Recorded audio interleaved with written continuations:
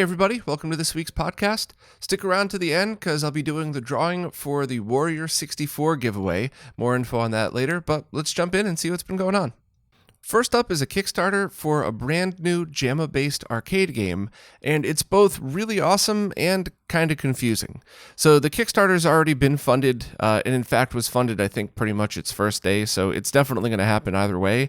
And it seems to be a game that the developer previously made for platforms like Xbox Live Arcade, and it's available to download for free on PC or through Google Play. And it's a top-down, vertically oriented shooter, and it's the typical style of those games. So if you like those, that alone might make you interested in this. And it's going to be produced on a JAMMA board that plugs directly into an arcade machine that's vertically oriented, Tate, whatever you want to call it. And the JAMMA board itself looks like it's a small board with an FPGA on it. It actually looks more like a CPLD, but I'm not an expert, so I'm not going to go there. And that kind of makes sense, to take existing cores for chips and build it as if you were building an arcade board without the insane amount of development and producing a giant big board that you would need to test in development. So that totally makes sense. The game looks cool. The scenario looks cool. The price is a little strange, though. It's $180 for just the JAMMA PCB, which is fine. I don't mind spending money on something unique if I like the game. It's $240 for a complete kit, which I think includes a marquee and some instructions and stuff like that. And $270 for the complete kit plus ROM upgrade, which according to the Kickstarter means within a year of the Kickstarter shipping, an updated version of the game ROMs will be released to the backers having this option. A new ROM board and mounting instructions will be sent. The ROM upgrade will contain eventual bug fixes and changes according to feedback. So does that mean if you spent $180, you don't get the bug fix? You have to buy new ROMs even though you already paid for it? So that alone's a little bit weird. And also just the fact that because it's on an FPGA-based board, the features that could be added aren't there. And I know I'm a little bit talking out of turn here because I am not an FPGA engineer, but I was a hardware engineer for a while, and I do kind of understand at least the basics of how this stuff work.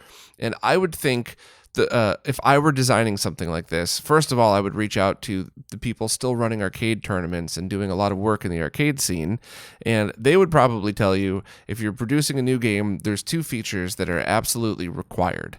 Number one would have to be some kind of video out to make it really easy to stream the games, because the fact is streaming is going to be the best type of advertising you could get. Unless you have a giant budget from a big game studio, the best way to get the word out there is to tell a couple of streamers, hey, I think you might like my game. And if they do, there you go. You have a lot of people already in your niche audience celebrating that, and there's none. And I think to add a VGA or HDMI 480p output to something like this wouldn't be too much of a big deal, especially if you've already gone so far as to create the whole game. The creator said that they're not an electrical engineer and the hardware development is the most challenging, rewarding, and fun part of the project. So cool, they're upfront about them not being a hardware developer, but that's kind of a big deal to me. I would think that people would want to just plug this into their arcade boards and then have an HDMI out, even 480p, because you could always just scale it in post. That's no problem. And the other thing that I thought would be pretty neat is having USB controller ports for those people who just prefer to use their own sticks in scenarios like that. I've been to plenty of fighting game tournaments that use original arcade machines, but they still have like a built-in undammed adapter so people could plug whatever controller they're used to into it in order to just play on what they're most comfortable with. So I do really kind of think that if this was available, so maybe it's got a neat 3D printed case around it, it's got an HDMI output, a USB power port, and some controller USB ports. You could use it standalone on a monitor or in a JAMMA arcade machine. I think that would have been a pretty amazing scenario for this, because that way, even if you eventually plan on getting an arcade machine but still want to play the game, you could just plug it right into your monitor.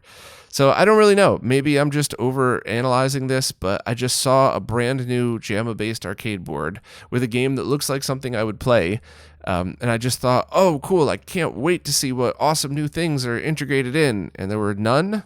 And it looks like you have to pay to get any future bug fixes of the game. So, like I opened with, I think it's awesome and kind of weird at the same time. Hopefully the developer might update the Kickstarter or something and kind of clarify what they meant by that. But I'm still probably going to buy one. All of those weird complaints and nitpicks aside, it's a cool looking shooter and a brand new JAMMA based game that I could put in an arcade machine, which I'm eventually going to get. So I'm definitely, or almost definitely going to pick one up. I just kind of wish they had gone above and beyond on this and really made something that people could get really excited about and made something that would set a precedent for any kind of game like this in the future. Last week, Modern Vintage Gamer posted a video about how the Nintendo DS graphics work, and I thought it was really interesting to see how they would blend 2D and 3D textures together in order to get the games that working the way that they are, as well as the two screens having one priority over the other.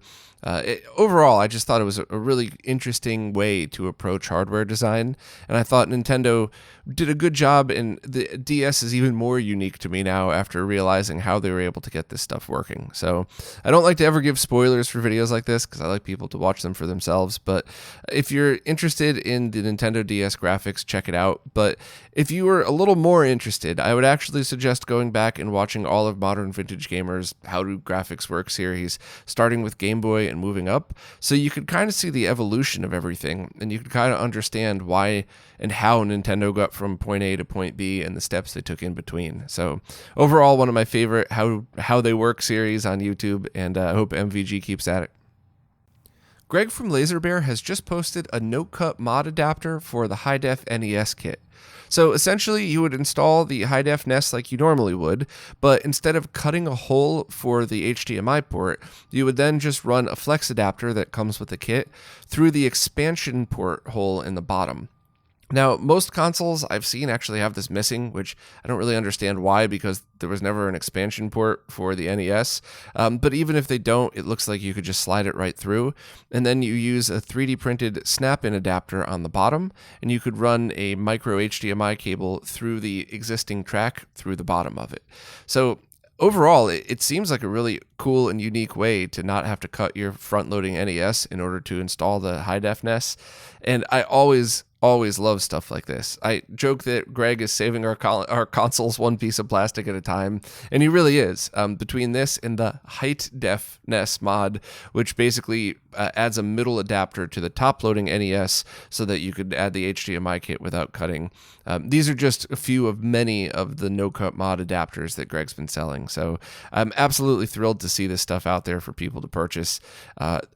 Surprisingly, a lot more people got into the whole hashtag no-cut mod thing I started a few years ago than I ever expected.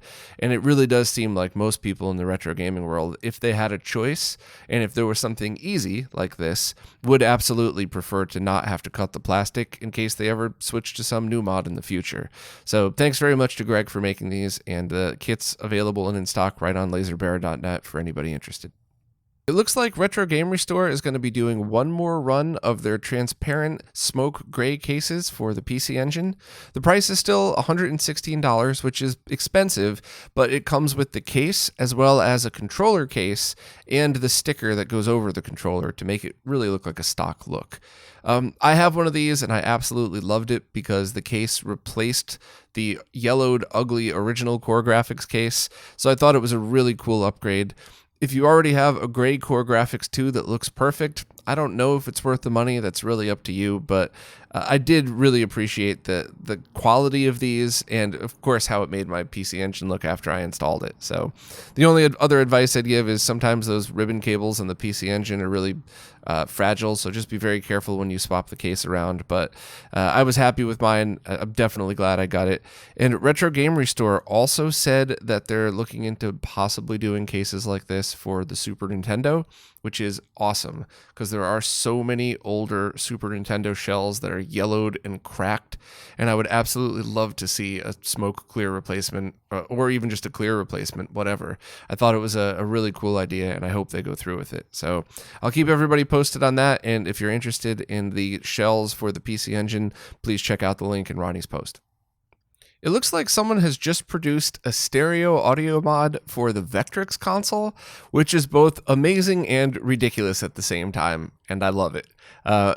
People often tease me for liking the fake stereo audio blended effect of the NES, so I can't imagine the teasing that I'm going to get for saying I think I'd really love to try a Vectrex with a stereo audio mod. But I also don't remember any Vectrex games with super awesome audio. So I don't know, maybe I'm just not remembering it correctly because I haven't played one in 4 years or something like that. But either way, I think it's an awesome project. And if you have a Vectrex and you want to add a very weird and unique upgrade to it, definitely check out the stereo audio mod. And I believe there's another one out there that's pretty expensive, but the one from B-Dub is specifically the one in Smoke Monster's post. So for more info, check out the video and the links inside. There's now an FRAM mod available for N64 memory packs that allows you to swap the internal PCB of a standard memory pack with one that has an FRAM chip on it that you never have to worry about it losing your saves if the battery inside dies, or basically the saves are written as long as the chip lasts, which should be a pretty long time. So if you had a Nintendo 64 memory pack that was losing saves, or you just wanted to upgrade yours, this seems like a really neat idea. It's $28 plus shipping and handling, and I believe a lot of that cost is the chip itself is actually pretty expensive. So I don't think this is one of these $1 PCBs with a $27 markup. I'm pretty sure those FRAM chips are really expensive, completely justifying the price of this. So if you're an N64 fan and you're interested in possibly upgrading your memory pack, definitely check out the links. Another cool N64 thing this week, it looks like Forest of Illusion has found a Zelda 64 prototype. Zelda 64 was the working title before Ocarina of Time, and it looks like they found a final build of F-Zero X that had overwritten half of the Zelda 64 data, but they were still able to extrapolate a lot of stuff like inventory screen, maps, and a version of Kakariko Village that was the same as some of the original screenshots of the game. So it's a pretty awesome piece of Zelda history. There's plenty more info right here in the post if anybody's interested, but I always love to find original prototypes and kind of go through them like that and see what the differences are. And if you're not a super big fan of the game, I guess it's not that big a deal, but if you were a giant fan of Ocarina of Time, maybe going back and checking out this and giving you a perspective of what it could have been like or what it was at one time would be pretty interesting to you. So, or I guess even just checking out the YouTube videos. So please check out the post if you're interested. Terra Onion has just opened another round of pre-orders on the Neo SD Pro, both the AES and the MVS versions. And I realized Terra Onion said the last batch of the MVS Pro would be the last. I guess a lot of people gave them feedback and they listened. People want to buy these things and they don't want the product discontinued. So it looks like they're doing another round. No word on if there'll be another after this, but I sure as heck hope so. I hope every few months they'll probably take interest and make another run of these things. Now, the price is, of course, very expensive, like most things in the Neo Geo world, and it's $685 plus shipping. Now, if you're somebody who prefers to use original consoles and original arcade hardware and wants one solution for every single Neo Geo MVS, AES, and Neo Geo CD game, then this is a pretty good option. You just have to put it all into perspective. It's so easy for people to say, oh, you could download these ROMs for free, or I can get a Mister for $200 and play it on the Mister and it's almost perfect. And all of those things are true, but this is just for people that want to use original hardware. So sometimes it's really hard to get through to people with that. I think some people misinterpret and think I'm saying this is the only way to play Neo Geo ROMs, and it's not. It's just one really great option of many, including the other ROM carts that are out there, emulation, and even playing ports of Neo Geo games on other consoles, which, depending on the game, sometimes it's good, sometimes not so much. Now, as far as the cartridge itself goes, it's exactly like all of your other ones. There's no firmware update or hardware update, which, I guess is good and bad. And to be honest, the only feature that I thought it was, I don't know if missing is the right word, but the only feature I would have liked to see is some kind of external adapter that allows you to mix the stereo CD audio from Neo Geo CD as well with the rest of the audio. I don't want to go too deep into it because I already mentioned this in a video, but basically you can't route stereo audio through the cartridge pins. So you would need some kind of external mixing solution. And that 3.5 millimeter jack on the side is not audio. That's for a serial port for something else. So they would need to create a custom external solution that you could then mix the audio. And to be honest, I don't blame them for not coming up with that, because I don't know how many people would really be interested in that. Because, I mean, how many Neo Geo CD games, if you have access to all the originals, would actually be worth playing over the originals? I know there's a few that have updated soundtracks, but enough to justify making a piece of hardware? I don't know. I wish they'd make it, but I like weird stuff like that, so I'm probably the wrong person to gauge it on. So I don't know. Definitely mention in the comments if something like that is something that you'd like to see Terra Onion make. They, of course, have their own Discord, so you could talk to them right there if you'd like about it. And it's certainly something I'd like to see. Now, these are up for sale from Stone Age Gamer and directly through Terra Onion. I believe they're all going to ship at about the same time. So my suggestion is, if you're in North America, you probably want to go through Stone Age Gamer just so you don't have to worry about any kind of crazy shipping issues. Just because of everything going on in the world, you know, you just don't know if there's going to be a problem. I've never had a problem receiving anything from Terra Onion directly, but you know, it's a lot of money. I would certainly choose that. Of course, if you're in Europe, it might be beneficial to get directly from Terra Onion, unless there's some weird tax thing, and then maybe it is better to get it from Stone Age Gamer. I don't know. I just figured I would mention it because there's so much going on and so much changing just in shipping in general. It's probably worth mentioning that there's two sources for it. So if you're interested in this, check out the post, check out the links. And I also embedded videos of how it worked and the different ways I used it. And of course, my mini MVS, because I love that thing. I don't know if I have room for it. I might actually have to trade that out for something, but I definitely think it's a cool device. Sega Extreme has just completed their Sega Saturn 26th anniversary game competition, which had submissions of original games as well as hacks, patches, and translations, and really showcased a lot of the amazing work that's been going on in the Saturn homebrew scene. We try to cover as much of it as we can here, but anybody that's really interested in the Sega Saturn and what the homebrew community has been up to should definitely check out Ray's post as well as some of the embedded videos inside it. There's a lot of really impressive things in there, and things that you wouldn't even expect to be appearing in, 2021 on the Sega Saturn. So if you're at all interested in that, please give the post a read and check out some of the videos embedded, because there's some really cool work going on, and something that I'd love to have, or I'd love to be able to spend more time on. There's just so much cool homebrew out there. I just wish I could sit with a lot of these games that I've seen and really give them a fair shot. But either way, definitely check it out if you're a Saturn fan. Darksoft has just posted some more updates to the CPS1 multi-project. Now, they're not available for sale yet, but if you're interested, just put your name down on the interest check thread, and I guess requests for them will go out in the order in which they were entered. But some pretty interesting updates, and I think the most important one that people wanted to hear is that this multi-kit will support the entire CPS1 and CPS 1.5 library, because Q-Sound has been integrated in it. So I think that's pretty cool for fans of original arcade hardware. Also, I believe this will replace the B board. So CPS1 kits involve an A board, which is what you'll have to purchase or own in order to use this, and more details are coming on which specific A boards are the most compatible, which would need changes, etc. This will replace the B board. So it's a very large board. It's probably going to be very expensive to make. I don't think official pricing has been announced yet, but this will replace the entire B board. And then, if I'm getting this correct, the C board is either still required or you'll need a B21. So you'll either need the C board of the game in order to make this work, or you'll need to directly solder that in. You could kind of find those on eBay, but they're usually pulled from broken boards, so it might as well. I think most people using this would probably just use their C board. And then once that's connected, you could select your game via an LCD external controller, just like with the CPS2 multi. So overall, that's pretty awesome for people looking forward to using all of these games on original arcade hardware.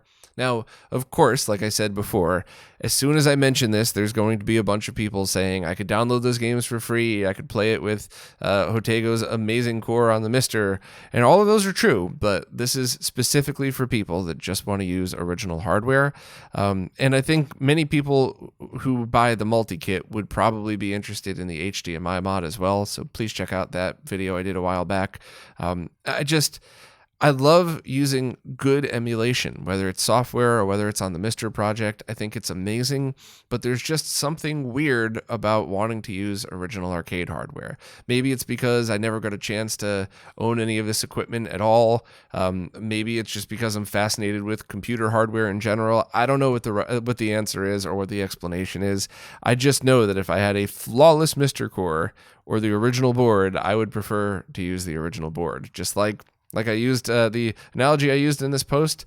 Some people would absolutely love to drive a 69 Mustang, and other people would think that's insane because of all the work and money you'd have to spend when you could just go buy a new Mustang, with a low interest loan right now and not have to worry about it for years. I totally get that. But if you're into original arcade hardware and you like the CPS one, definitely put your name on the list for this for when it's released. And if not, all of those other options I mentioned are totally awesome. They're great ways to experience it, but this is for the nutcases like me that just really want the original boards. So this next one is really weird, and I promise it's not sarcasm, it's not a dig, it is just something that came from Polymega's official Instagram account. Apparently, they're having severe trouble with any contacts at Walmart. So Walmart was going to be taking all of the pre-order money and doing distribution for the Polymega consoles and accessories, and they can't get a hold of anybody there after there was a personnel change, and they can't figure out what to do. So they're kind of at their last wits and are just asking anybody who pre-ordered the console in the US from Walmart.com to cancel your order through Walmart and reorder at Polymega.com. I'm really not sure why this wasn't on their Twitter account, on the main page of their Instagram, and on their own website. I'm not sure why this was just on their Instagram stories, but it was, which is why we felt the need to make sure to let everybody know. And the other thing is that on their main page, the Polymega base unit is now selling for $450. Whereas anybody that pre-ordered it from Walmart, which the pre-orders are still live on Walmart, it says $400. So they're saying you could use the discount code Walmart50 for a $50 discount off the list price, so you don't have to spend any more on it. But I believe if you cancel your Walmart order and then place an order now through Polymega, you're going to be put at the end of the line. And they're already saying right on their main page that please note that all new pre-orders made after January 24th are estimated to ship in Q3 of this year. So, yeah, that's, there's just been so much trouble getting this thing launched. It was supposed to be out quite a long time ago. You never know who to blame. Is it their fault? Is it Walmart's fault? Is it nobody's fault? But everything that could have gone wrong seems to have gone wrong with the launch of this product. And it stinks. I've had one here for 6 months. It is real. I've done some lag testing on it, and I've done some basic testing, and it performed decently. It performed like a high-end emulation solution. And at the moment, I imagine it would be a good solution for a few different scenarios. Not for everybody, but you could say that about any product, really. I'm not sure how many people are still sticking with it after all of the delays and all of everything else that's surrounding it. But if you're looking for a device that plays original games from the PlayStation 1, Saturn, Sega CD, TurboGrafx CD, and Neo Geo, it's actually going to be way more cost effective to buy one of these and connect it to your flat panel than to purchase each one of those original consoles. Make sure that if they need recapping, they're recapped, any other refurbishments that need to be made. So it does still make sense. And I've also heard quite a few people say, hey, I have full CRT setup downstairs in my basement, and I have all of those consoles recapped, and it's awesome and I love it, but I just want a second setup so I could take that disc game that I was playing, bring it upstairs, and just play a few rounds of something on my flat panel without firing up my whole CRT solution, which I understand that too. That's quite a bit of money to spend on a secondary setup, but I totally get it. I'm not really sure how many people would really fall into the category of in its current form. Now, because it's software emulation, there's always the potential that stuff's going to be added, and there are plenty of things like certain games could be rendered partially in HD, 16:9 patches that don't stretch the game but actually add more resolution to the games so that more of the screen can be displayed at one time. And I don't think any of that's integrated yet, but when it is, that would be a really cool excuse to have an interesting way to play these games in a different manner. But that's not yet there, and that is a little disappointing because they've certainly had plenty of time to add features before these things shipped out. So I don't know what to tell anybody about it other than I don't know any more than you do. It's definitely a real product. Some people are going to love it. Some people aren't going to get why anybody would spend their money on this when you could buy an original console cheaper.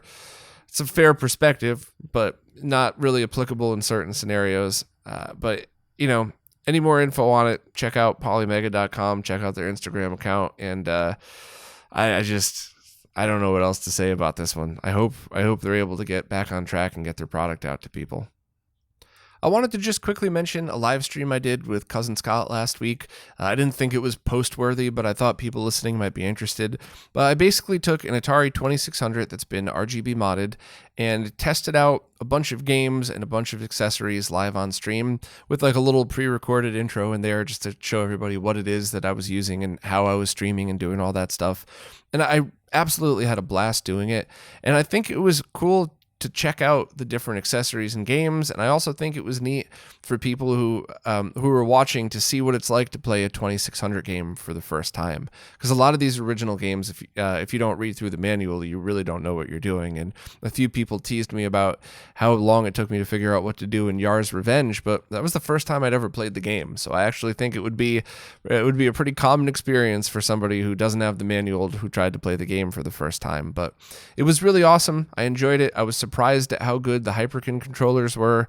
I really enjoyed both of them. They might end up being my go-to depending on the game I'm playing. And as far as some of the games too, I really liked any of the spinner controller games that controlled well. I always thought the different and unique controllers the 2600 offered was the best part of the experience. Or I guess maybe the part of the 2600 experience that really stood the test of time better than others.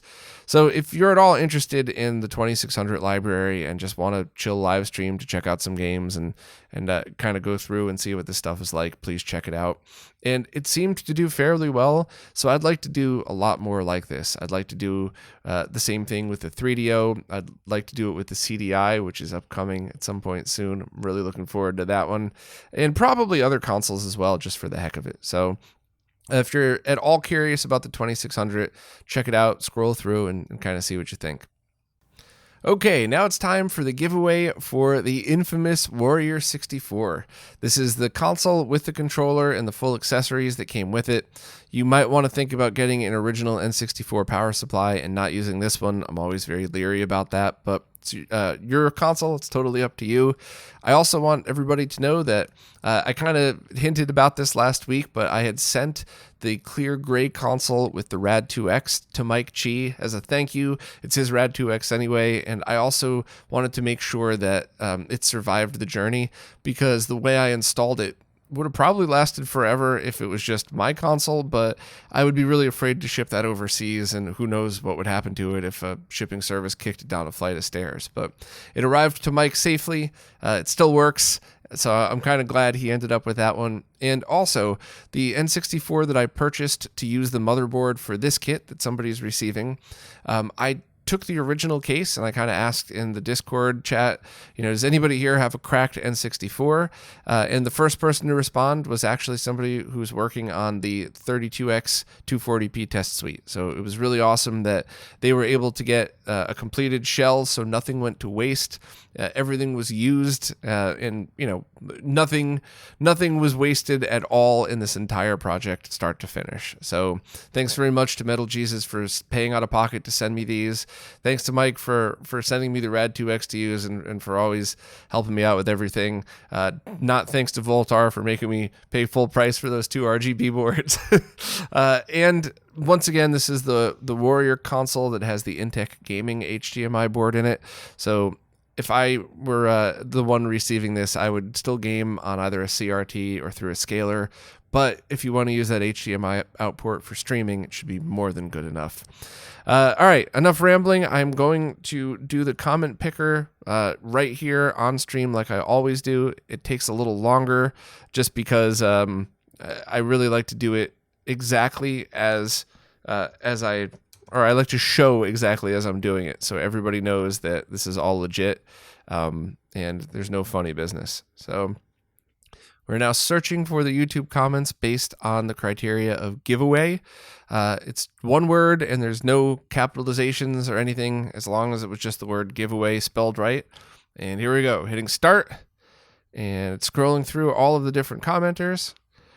John Smith.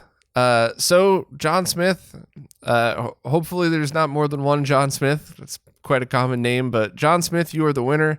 If you see this avatar, then this is you. You are the John Smith that's won. Please comment on this week's episode, and we'll work on getting this shipped over to you. So thanks to everybody that participated, and I'm not sure when I'll be able to do another giveaway, but I enjoy doing them. So hopefully I'll do one again before springtime. Well, that's it for this week. As always, thanks to everybody that watches, listens, plays nicely in the comments, and especially thank you to everybody that supports in any way possible. Any support, whether it's the monthly services or anything else, or what keeps this website, the podcast, all the behind-the-scenes research, and everything else going. So thank you all so much. I really appreciate it, and I'll see you next week.